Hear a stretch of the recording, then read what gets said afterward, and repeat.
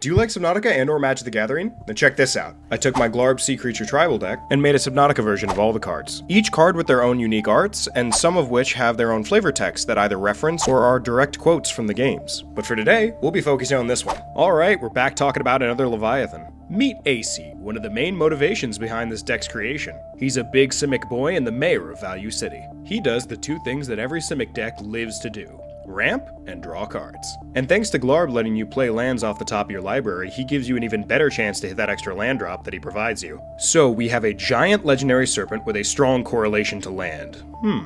Okay, come on, who else could I make it other than the Iceworm? The Iceworm's entire shtick is to be the only Leviathan that pursues you on land. And in concept, that sounds amazing. It's the devs' attempt to recreate that same thalassophobic feeling we get in the pit of our stomach whenever we see a big open area of water, except this time it's on dry land. Unfortunately, in practice, it fell pretty short. This is partially due to the game's introduction of the Snow Fox, a vehicle that's meant to get you to travel around on land areas much faster. Sadly, whenever the Iceworm aggroes onto you when you're on the Snow Fox, it clunkily knocks you off without dealing any actual damage. Then you can immediately hop back onto it with it taking about 25% of damage, or even take the time to repair it and then hop back on, with little to no threat to your actual life when dealing with a full-on Leviathan. Unfortunately, the culmination of all these interactions make the Iceworm feel less like a Leviathan and more like a pebble that you're forced to trip over repeatedly. Now, having said that, I still get a pit in my stomach whenever I hear the rumbling underneath my feet as the Iceworm's about to attack. Could you chalk that up to me being a giant baby when it comes to anything remotely resembling a horror game?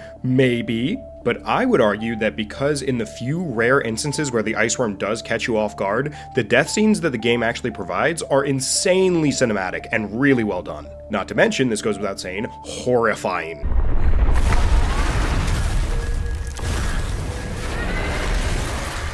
Now, wouldn't you say that scene gave you chills?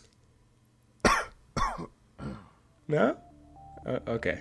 Alright, I think that's about it. If there's a card from the Moxfield list that you'd like me to cover next, please comment it below. If you'd like to see more videos like this, or a longer, more comprehensive video about my Subnautica deck, please click the link in the description.